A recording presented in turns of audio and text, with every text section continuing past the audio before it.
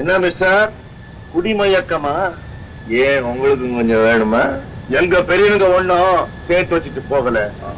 அந்த பாவ பணத்தை இப்படி குடிச்சே அழிக்கவும் எங்களுக்கு தெரியாது.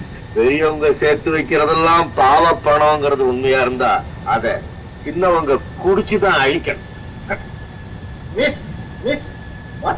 Please do something. வாழ்க்கையில மனுஷன் எதை மிஸ் பண்ண கூடாதோ அதை போய் மிஸ்.